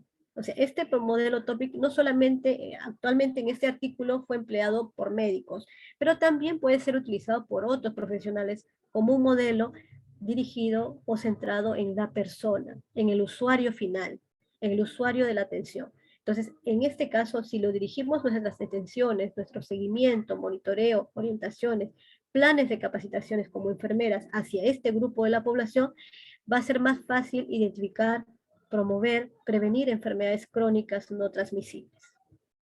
Algo también importante a considerar es que durante la pandemia se desarrolló, eso no lo tengo así en diapositivas, pero es algo que quiero mencionarles y que también es importante que ustedes lo tengan en cuenta. Existen muchos establecimientos de salud, muchas IPRES, de diferentes direcciones de salud, Lima Sur, Norte, por ejemplo, uno de ellos, que ya están incluidos o inscritos en la Red Nacional de Telesalud. Esta Red Nacional de Telesalud incluye el seguimiento a pacientes con enfermedades crónicas, en específico a los adultos mayores. Por ejemplo, en un establecimiento de salud de la Dirección de Salud Lima Sur, se está realizando ya el seguimiento de los adultos mayores a través de la plataforma Teleatiendo. Ustedes lo pueden buscar así en internet, plataforma o sistema de información en salud Teleatiendo, y a través de ella ustedes van a saber un poco más. Todo profesional de la salud, todos los establecimientos de salud que están inscritos en esta Red Nacional de Telesalud, entonces todos aquellos profesionales que forman parte de ese establecimiento van a también incentivar a que esta red continúe entonces en sus funciones. Si bien ustedes como SERUM, generalmente esto lo desarrollan los médicos, pero ustedes como SERUM tienen que tener conocimiento de esta red porque a través de ella se brindan orientaciones a los adultos mayores y van a darse cuenta durante su desarrollo SERUM que muchos de los establecimientos ya están siendo evaluados por los médicos de manera virtual, es decir, mediante llamada telefónica, mediante el aplicativo Teleatiendo, mediante este sistema de información en salud. Entonces, ¿por qué? Porque ellos tienen un usuario y contraseña para ese sistema. No cualquiera profesional puede ingresar. El que no tenga ese usuario y contraseña no podrá aperturar el sistema y no podrá aperturar el registro al adulto mayor que es atendido de manera periódica. Entonces, el médico va a hacer los controles por llamada telefónica. Si bien ustedes como enfermeras pueden o no participar de este sistema de información en salud teleatiendo, pero mediante sus llamadas telefónicas desde su celular, no formando parte del sistema, van a contribuir. Entonces, ustedes cuando lleguen, pregunten eso en sus establecimientos de salud. Si existe, si su establecimiento está inscrito en la Red Nacional de Telesalud. Si fuese así, existen médicos que han sido contratados, serums y también médicos profesionales que han sido contratados para hacer actividades propias de este sistema de información teleatienda. Entonces, ellos van a contar con una base de datos de todos los adultos mayores por zonas, y eso ustedes les pueden facilitar como profesionales de enfermería para que sea más fácil hacerle el seguimiento mediante llamadas telefónicas. Ustedes desde su celular pueden hacer el monitoreo y orientación oportuna. Recordemos que las enfermeras, desde una llamada telefónica, solamente podemos brindar orientación y monitoreo de seguimiento, más no podemos dar terapéutica, indicaciones, no podemos dar indicaciones médicas, no, solamente de consejería y orientación y de seguimiento o monitoreo de lo que ya están en tratamiento, de lo que están en tratamiento por indicación médica. Entonces, eso es algo que ustedes también tienen que conocer porque es importante para cuando ustedes desarrollen su proceso de SERUM. Algo que no había sido desarrollado previo a la pandemia. El momento que se dio la pandemia fue un punto de partida para muchos desarrollos y avances en cuanto las tecnologías en salud. Una de ellas es la telemedicina. Entonces, en cuanto a ello, es importante que ustedes conozcan que estas enfermedades crónicas no transmisibles, si bien requieren de una atención presencial, como ya lo hemos visto, muchas de ellas tienen que ser evaluadas por un médico, y necesitan de un seguimiento presencial por el profesional de enfermería, también se les puede hacer un seguimiento telefónico para saber cuál es su estado de salud y si es estable, no es necesario exponer al adulto mayor a que vaya al establecimiento si se encuentra bien en su estado emocional o bien en su estado biológico o no tiene alguna alteración o complicación. Entonces, de acuerdo a eso, van a ustedes ir fomentando, porque es posible que se vayan incorporando las visitas domiciliarias, pero eso va a ser paulatino. Por ahora seguramente va a continuar todo siendo llamadas telefónicas para ellos, para que les hagan su seguimiento. Recuerden que durante el CERU ustedes tienen que desarrollar un plan de actividades de manera mensual, que eso ya van a ser, a ustedes les van a proporcionar durante la adjudicación de su CERU, de la plaza, y ahí les van a indicar a través de qué medio ustedes van a ir informando las actividades. Todo tiene que valerse a través de evidencias fotográficas, evidencias con planes de trabajo en sus establecimientos, planes de capacitación en su establecimiento, donde ustedes van a dirigir capacitaciones sobre enfermedades crónicas no transmisibles, como son principalmente las que más sobresalen en el Perú, que les mencioné en las diapositivas anteriores, que son las enfermedades cardiovasculares, que también ya hablé en una ponencia anterior, enfermedades como diabetes, enfermedades como el asma, que son las que más sobresalen y más índice de morbilidad tienen. Entonces, en ellas ustedes tienen que realizar capacitaciones en torno a estas para brindar a la población. Planes de capacitación brindadas hacia la población con evidencias eh, inclusive cuando hacen sus capacitaciones, tienen que tener, si es virtual, pues contar con un video, asistentes, la forma de repente a través de cuadros estadísticos de cuántos asistentes tuvieron en sus capacitaciones, todo eso tiene que ser evidenciado porque es lo que van es su informe final de SERU. Si ustedes lo cuentan, lo tienen evidenciado, lo manifiestan al final a su médico jefe y de manera, porque todo es virtual ahora, toda información se envía virtual, entonces eso va a permitirles que ustedes puedan tener más rápido el final de su CERU y tengan todo de acuerdo a su informe. Inclusive, no solamente tienen que entregar ese informe virtual, también tienen que tener muchas actividades como preventivo-promocionales, participar en campañas a los adultos mayores. En los adultos mayores, campañas que se realizan en ellos, por ejemplo, pueden ser campañas dirigidas a la salud bucal, campañas dirigidas sobre descarte de diabetes, o tamizaje de glucosa, puede ser también dirigidas hacia, básicamente esos dos aspectos. Esos dos aspectos muy importantes en los adultos mayores en general en los establecimientos de salud. Salud bucal, glucosa, medida de presión arterial. Si ustedes pueden participar de campañas e inclusive motivar campañas y formar parte de ellas haciendo un plan de trabajo para realizar campañas en torno con otros profesionales. Entonces es importante que ustedes se involucren con su establecimiento para coordinar o un médico, un odontólogo, y lo que ustedes han observado en la ponencia, que justamente a muchos a los adultos mayores no se les realiza la medición de su agudeza visual, no se realiza una evaluación visual y a ellos muchas veces no se les encuentra de manera oportuna cuando haya un problema de visual, ya sea por cataratas o otros diagnósticos. Entonces, en ellos también se puede hacer en ese aspecto una campaña, también importante. Generalmente las campañas de agudeza visual se realizan a niños pequeños, pero no a los adultos mayores, que también sería valioso para mejorar sus problemas de salud. Entonces, todos esos aspectos tienen que considerarlo durante su desarrollo de las enfermedades crónicas no transmisibles. Bueno, eso sería en cuanto a la temática del día de hoy.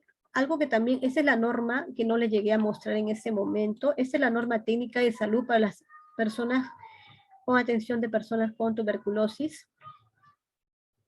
Esa es la que está vigente actualmente. También lo voy a reproducir a la Escuela de Salud Almenara para que ustedes lo tengan y puedan leerlo con detalle. Aquí habla de los esquemas de tratamiento para personas con tuberculosis a considerar. Eso sería todo por el día de hoy. Si tienen alguna duda o consulta, estaré atenta. Gracias.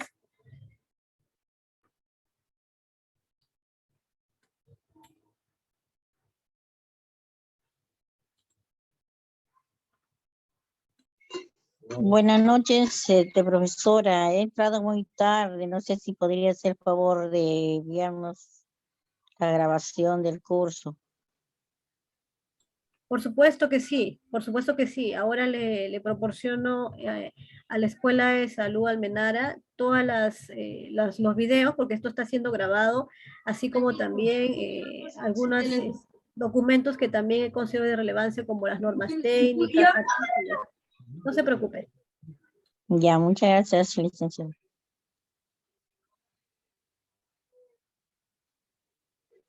Licenciada Nuri, buenas noches. Buenas noches. Una consulta. Escuché decirle que hay también TBC de piel, en la piel. Quería por favor a ver información acerca de TBC en la piel. Sí, es en realidad lo más frecuente en el Perú es la tuberculosis que afecta el pulmón, a nivel de pulmones.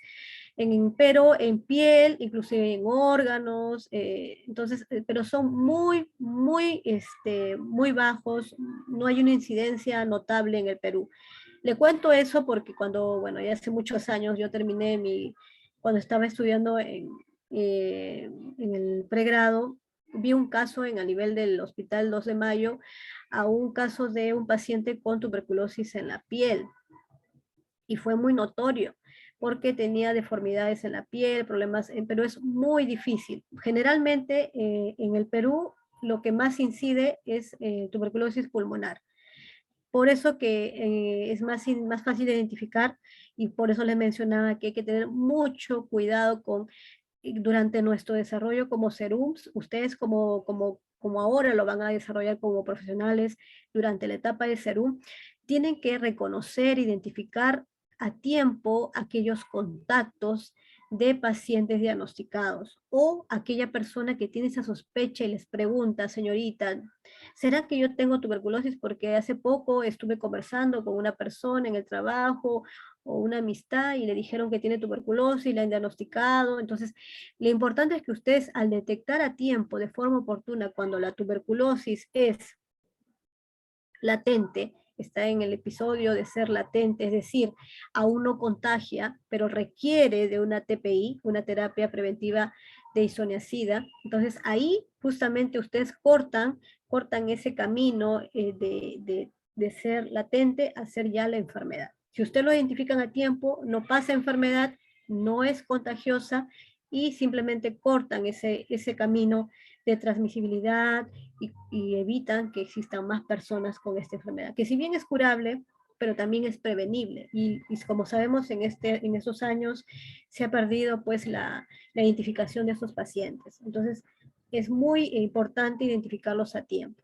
Entonces, no se preocupe mucho de esos casos, pero son muy poco probables. Generalmente es a nivel de pulmones. Y cuando se trata de otros casos, como en otros órganos, como en piel o en huesos, etcétera, en esos casos, pues no es muy fácil identificarlos más que con una evaluación médica, o un neumólogo, una evaluación por un especialista. Pero ustedes ya no podrían hacer en ese caso. Inclusive a veces en ellos no solamente se afecta ese órgano, también se afecta el pulmón, y son diagnosticados como coexistentes. O sea, son dos órganos que son afectados, y para eso ya el médico tratante tiene que identificarlo a tiempo. Pero ustedes, desde el primer nivel de atención, lo único que tienen que hacer es identificar a tiempo los pacientes con tuberculosis latente, para cortar ese camino de transmisibilidad, para que pase a una tuberculosis activa.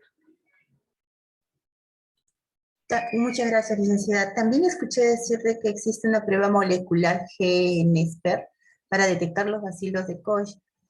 Aquí en el Perú escuché de que en tiempo de pandemia, picos de pandemia, lo han estado realizando. ¿Aún todavía están practicando, y en dónde realizan eso? Sí, mire, esa es una prueba molecular que, si bien eso existe a nivel mundial, ya la utiliza en otros países. En el Perú ya se está realizando estas pruebas, pero no en todos los establecimientos de salud. Tengo entendido que en el Hospital 2 de Mayo y en algunas, de repente en algunos establecimientos, no tengo conocimiento si en todos, del primer nivel de atención, pero sí ha habido campañas. Han habido campañas que se han realizado a través de esta prueba molecular que se llama Gene Expert. Que es, como dice, ¿no? Es molecular, es rápida, donde se puede obtener o detectar a tiempo si existen bacterias del bacilo de Koch. O sea, es inmediato, o sea, te ayuda a tener el resultado de manera oportuna. ¿Qué pasa? Que estas campañas realizadas en algunos establecimientos de salud se realizó por la coyuntura de salud porque existía mucho la confusión entre si era un COVID o un paciente con tuberculosis, que aunque existen diferentes síntomas, pero al inicio, por presentar la tos, pues puede ser para el profesional un poco de confusión, ¿cierto? Cuando recién te manifiesta que tiene tos y ya se suman otros diagnósticos. Pero lo importante era para detectar de manera más rápida, porque salía en la prueba, a veces no se le hacía, no se le podía hacer la prueba PPD, entonces simplemente con la radiografía de tórax o el tamizaje radiológico mediante inteligencia artificial, que lo realizan en el Hospital 2 de Mayo, algunos hospitales lo realizan, entonces es un aplicativo donde pone el médico, eso lo hace el médico, la placa, entonces a través de esa puede identificar. La inteligencia artificial es una especie de algoritmos, son como unos indicadores que están preestablecidos en el programa. Entonces, al ingresar la radiografía a través de ese programa, ese aplicativo, lo que hace la inteligencia artificial es identificarlo al 100% si se trata o no de una tuberculosis. Entonces, hacían en la campaña radiografía de tórax, hacían pruebas moleculares y con eso era más fácil diagnosticar de manera oportuna. Inclusive se hacía con pacientes de VIH con posible tuberculosis, entonces se hacía esa campaña, hacían la prueba para saber si tenían VIH y a la par le hacían la prueba molecular GeneXpert y con eso era más fácil identificar si tenían o no la tuberculosis. Eso se ha hecho en algunos establecimientos, pero no en los establecimientos en general, no. De repente en algunos establecimientos de primer nivel lo estén desarrollando, como les digo, es a través de campañas, y sí, se motivó justamente durante la pandemia y eso tiende para continuar. Entonces sería importante que ustedes lo conozcan para que cuando ustedes acudan a sus establecimientos de salud de primer nivel, si lo realizan, entonces ya ustedes tienen un poquito más de conocimiento de qué trata. Bien, licenciada. Todo esto estará incluyendo pues en la normativa que nos hizo ver en este PPD del 2013 y ahora que ha cambiado con el contexto 2020, van de la mano, ¿verdad? Así es. La normativa que está vigente es la del 2013, que todas conocemos, pero actualmente en el 2020 se dio un cambio justamente por la coyuntura de salud debido al COVID-19, en donde se complementó la norma técnica existente para identificar y hacer la diferenciación entre los dos diagnósticos. Por eso les mencionaba ahí dentro de la fuente, para que ustedes lo lean más detalle, porque es muy general lo que les he dado para que ustedes más o menos comprendan. Hablaba ahí de la diferenciación de los factores de riesgo, diferenciación entre paciente COVID con paciente con tuberculosis, los factores de riesgo, por ejemplo, en el niño, gestante, adulto mayor, personas con tratamiento de corticoides, entonces, entre otros. Entonces, ustedes tienen que tener en cuenta cuáles son esos factores de riesgo para que ustedes puedan detectar a tiempo. Sí, eso del G-Expert no está en la normativa, pero sí está dentro de un comunicado del Estado peruano. Dentro del Estado peruano, ustedes ponen el portal de transparencia, ponen buscar, y ahí les sale, ustedes ponen prueba GeneXpert, y le va a salir en qué hospital exactamente, que es en uno que yo le he visto que les he estado mencionando, que se está viendo eso, pero según el comunicado es que eso se ha hecho en campañas en diversos establecimientos de salud. Entonces, es probable que en algunos se desarrolle, la tengan como tipo campaña, y ojalá que eso perdure, porque ha sido de gran ayuda durante este tiempo. Por eso es que si ustedes buscan dentro de las informaciones estadísticas, el nivel de diagnóstico de tuberculosis no ha bajado. O sea, se han identificado a tiempo, a pesar de que no todos han acudido a los establecimientos, se han identificado casos de tuberculosis y han sido identificados y tratados.